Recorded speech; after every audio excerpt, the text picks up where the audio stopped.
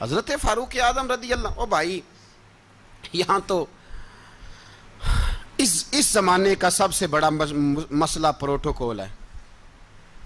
لوگوں کو پتہ ہوتا ہے کامل پیر ہے، کامل مرشد ہے، لوگ نہیں جاتے.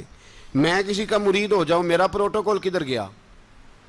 پتہ ہوتا ہے یہ کامل استاد ہے، میں اس کے پاس بیٹھوں گا تو میری تربیت کرے گا، لیکن لوگ شاگرد نہیں بنتے. میں کدھر گئی؟ یہ جو پروٹوکول کی مصیبت ہے نا، اس نے بڑے بڑے لوگ زیرو کر دیے، بڑے بڑے لوگ. اور یہ مت سمجھے کہ آپ کا وزیر اعظم پروٹوکول لیتا ہے یا آپ کا صدر پروٹوکول، وزراء، ایسی کوئی بات نہیں. ہم چھوٹے طبقے سے لے کر بڑے سارے پروٹوکول کے قائل ہیں. ہمارا تو داماد بھی کہتا ہے کہ مجھے پوچھا نہیں میں تمہارے گھر کیوں آؤں. ہمارا تو بھائی ہر شخص اعلان کرتا ہے پروٹوکول کا، فلانے نے عزت نہیں دی تو واپس آ جاؤ، فلانے نے سلوٹ نہیں کیا تو واپس آ جاؤ. لوگ جہاں سلوٹ کرنا چاہیے وہاں بھی سلوٹ کرانے کے قائل ہیں. پر حضرت عمر رضی اللہ تعالی، حضرت عمر کی سادگی اور پھر جناب عمر کی عاجزی، جب انسان اپنے اوپر سوار کر لیتا ہے نا، سوار کر لیتا ہے، میں بدکار پرانا خادم، کسے در ملی نی ٹوئی، اتے واصف یار نے نظر جو کیتی تے واصف ہی ہو. میں اکثر سوچتا ہوں حضور نے جہاں بھی کہا نا، فرمایا میرے بعد نبی ہوتے تو خطاب کے بیٹے عمر ہوتے. حضور نے فرمایا عمر جس رستے سے جاتا ہے شیطان وہ رستہ بدل جاتا ہے. نبی پاک صلی اللہ علیہ وسلم نے فرمایا میرا عمر وہ ہے کہ اس کی زبان پر حق جاری ہے.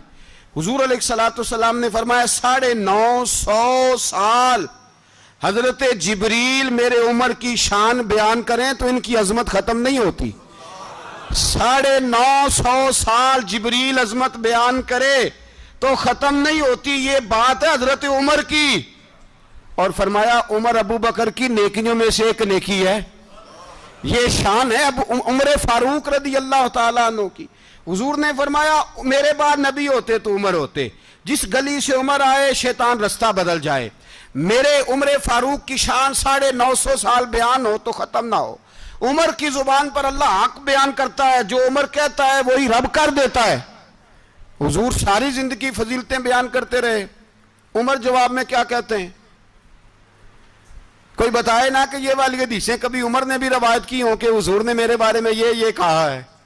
یہ روایتیں وہ روایت نہیں کرتے. ان سے جب لوگ کہتے عمر تیری بڑی بات ہے تو عمر رو پڑتے، کہتے میں تو اونٹ چرانے والے باپ کا بیٹا ہوں، میں تو اونٹ چرانے والے باپ کا بیٹا.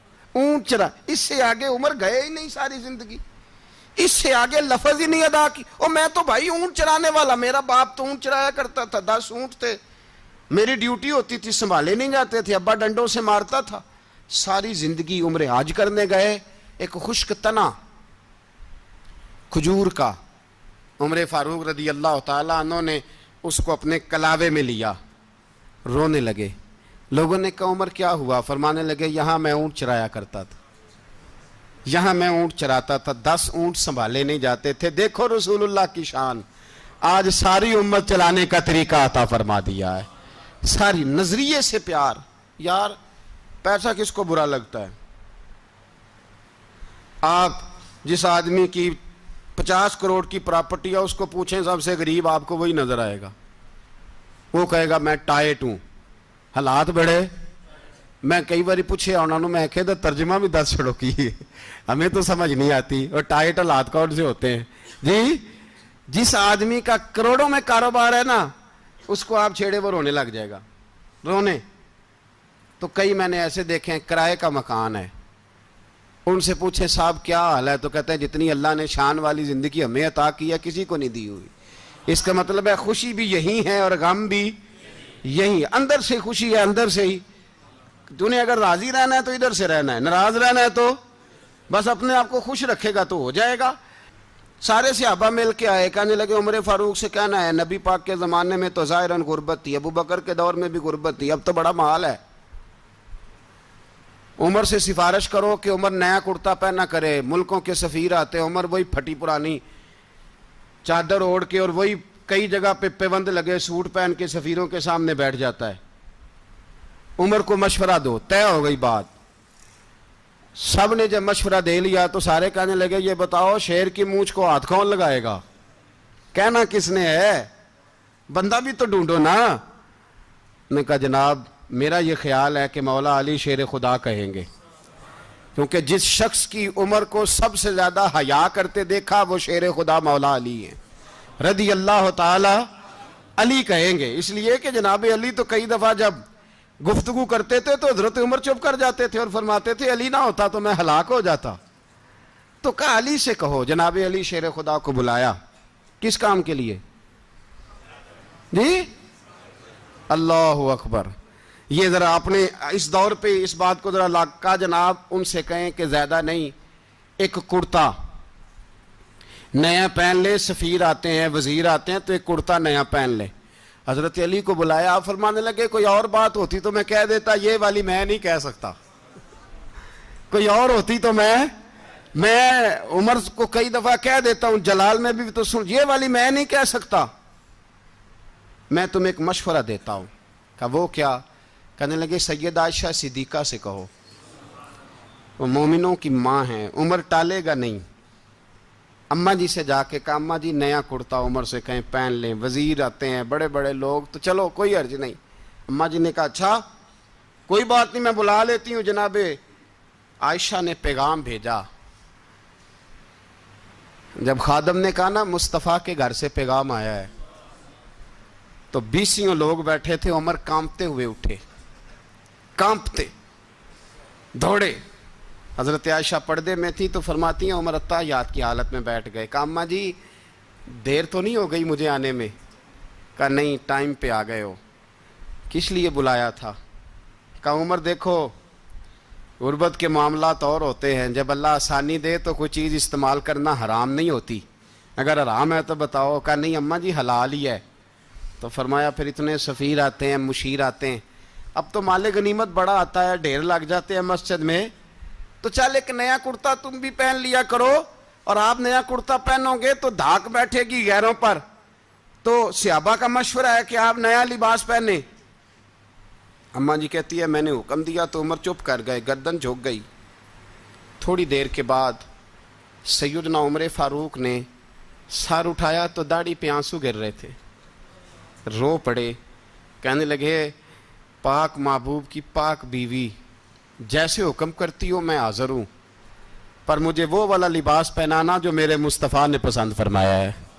اگر یہ رنگ رسول پاک کا ہے تو میں حاضر ہوں، اور اگر نبی پاک کا نہیں تو پھر جیسے آپ حکم کریں۔ جناب عائشہ کہتے ہیں عمر روئے تو میں زیادہ روئی، میرا پلو بھیگ گیا آنسوؤں سے۔ میں نے کہا عمر آپ جائیے۔ عمر یوں نکلے تو جو صحابہ کھڑے تھے وہ کونے میں تھے، سارے آ گئے۔ کہا اماں جی کیا بناؤ؟ فرمایا بھائی تم سب جو باتیں کہتے ہو وہ اپنی جگہ ٹھیک ہیں، پر عمر جو بات کرتا ہے وہ سب سے زیادہ ٹھیک ہے۔ عمر جس پہلو پر بات کرتا ہے وہ یار ایسی عاجزی، ایسا رنگ، ایسا انداز، ایسا طرز حیات، ایسی زندگی۔ اولاد کے معاملے میں لوگ بزدل ہو جاتے ہیں، بزدل، پر حضرت عمر کا بیٹا مصر گیا، وہاں سے کمائی کر کے لایا، تجارت کرنے گیا، لاکھوں کا مال۔ کون سا باپ ہے دنیا میں جس کا بیٹا باہر سے پیسے لے کے آئے تو ابا تفصیل پوچھے کہ بیٹا کہاں سے کمائے، کہاں سے لایا، کتنے ملے، کیوں آئے؟ کون سا باپ تفصیل پوچھتا ہے؟ ابا تو کہتا ہے لا صحیح، اور تعریفیں کرتا ہے میرا بیٹا بڑی کمائی کرتا ہے۔ کبھی پوچھا ہے اس سے کہ ڈیوٹی صحیح دیتا ہے کہ نہیں؟ کبھی پوچھا ہے کہ تو ایمانداری کی روزی لاتا ہے کہ حرام کی کماتا ہے؟ یہ باپ کی ذمہ داری ہے، یہ اماں کی ذمہ داری ہے۔ پھر کہتا ہے بیماری کیسے آ گئی، پریشانی کیسے آ گئی؟ تو نے کبھی سوال کیا اپنی اولاد سے؟ حضرت عمر فاروق رضی اللہ تعالیٰ عنہ کا بیٹا مصر سے پیسے کما کے لایا تو جناب عمر نے بلایا، فرمایا بیٹے اتنی تو تیرے پاس راس ہی نہیں تھی، تھوڑے سے تو پیسے لے کے گیا تھا، اتنی کمائی کیسے ہو گئی؟ اتنے تو پیسے نہیں تھے صاحب، کہاں سے کمائی لائے؟ اس نے کہا ابا جی وہ جو میرے چچا ہے نا مصر کے گورنر، آپ کے دوست، انہوں نے میری مدد کی ہے۔ فرمایا جتنے لوگ گئے تھے سب کی ہے مدد اس نے؟ کہا نہیں صرف میری کی۔ فرمایا تیری کیوں کی؟ تیری کیوں کی؟ کہا حضور آپ کے دوست ہیں۔ فرمایا چپ کر، حضور انہوں نے مجھے اتنے پیسے دیے، میں نے کاروبار میں ڈالے تو نفع آیا تو میں ان کی رقم دے کے۔ فرمایا خاموش ہو جا، باقی جتنے لوگ گئے تھے سب کی مدد کی اس نے؟ کہا نہیں حضور صرف میری کی۔ فرمایا اس نے تیری مدد نہیں کی، اس نے خلیفہ کے بیٹے کی مدد کی، اس لیے کہ وہ خلیفہ کو اپنے حق میں نرم کر سکے۔ فرمایا آدھا مال تیرا ہے، آدھا مال غنیمت کا ہے، مال خزانہ کا ہے، مسلمانوں کا ہے، اس لیے کہ تو جو وہاں سے مال کما کے لایا ہے وہ اپنے باپ کے خلیفہ ہونے کی وجہ سے کما کے لایا ہے، لہذا رکھ ادھر۔ یہاں کہتے ہیں کدھر سے آیا، کیسے آیا، کون سا حساب دیں، کیا کریں؟ او بھائی حضرت عمر رضی اللہ تعالیٰ عنہ کا اپنی اولاد کے بارے میں یہ رنگ ہے۔ ایک جنگ سے نا خوشبو آئی، خوشبو بڑی مہنگی ہوتی تھی، عرب میں خوشبو آج بھی بڑی مہنگی ہے، وہ زیادہ استعمال کرتے ہیں۔ میری باتوں کی سمجھ آ رہی ہے میرے بھائیوں؟ بڑی مہنگی خوشبو تھی۔ جب وہ خوشبو آئی تو حضرت عمر نے کہا، گھر میں پہلے پہنچی حضرت عمر کے، چونکہ زیادہ عورتیں استعمال کرتی تھی گھر کے اندر خوشبو، مرد بھی لگاتے تھے۔ حضرت عمر نے اپنی بیوی سے کہا، آپ کی زوجہ تو تھی وہ بڑی خوشبو کو پسند کرتی تھی۔ حضرت عمر نے اپنی زوجہ سے کہا کہ خوشبو لاؤ، میں نے ایک عورت کی ڈیوٹی لگائی ہے، وہ خوشبو تول کے نا تو بھائیسا برابر صحابہ میں بانٹ دے گی۔ تو آپ کی زوجہ کہنے لگی، کسی بی بی کی ڈیوٹی لگانے کی کیا ضرورت تھی، میں جو موجود تھی میں بانٹ دیتی ہوں تول کے بھائیسا برابر۔ آپ نے فرمایا نہیں تو رہنے دے، وہ فلانی بی بی بانٹے گی۔ کہا حضور میں نے بھی بانٹنی ہے، میرے پہ کچھ حق ہے؟ آپ نے فرمایا نہیں، تو تفصیل نہ پوچھ، تو خوشبو دے دے، کوئی اور بانٹے گی۔ خاتون خانہ تھی نا، کہنے لگی نہیں مجھے بھی آج آپ کو بتانا ہی پڑے گا کہ کوئی جو بانٹ سکتی ہے تو میں کیوں نہیں بانٹ سکتی؟ زوجہ کہتی عمر نے بات کی تو میری چیخیں نکل گئیں۔ حضرت عمر فرمانے لگے جب تو خوشبو بانٹے گی نا تیرے ہاتھوں کو بھی لگے گی، تیرے دوپٹوں کو بھی لگ جائے گی۔ اگر رب کریم نے مجھ سے سوال پوچھا کہ عمر خوشبو تو مسلمانوں کی تھی، تیری بیوی کے دوپٹے کو کیوں لگ گئی، تو میں اللہ کے حضور کیا جواب دوں گا؟ اگر اللہ نے یہ سوال کیا کہ تیری بیوی نے کیوں لگائی، وہ تو حصہ تھا مسلمانوں کا، تو نے تیری بیوی نے کیوں لگائی؟ تو فرمایا میں نہیں چاہتا کہ اللہ کے حضور مجھے اور تجھے باز پرس ہو، لہذا کسی اور کو بانٹنے دے۔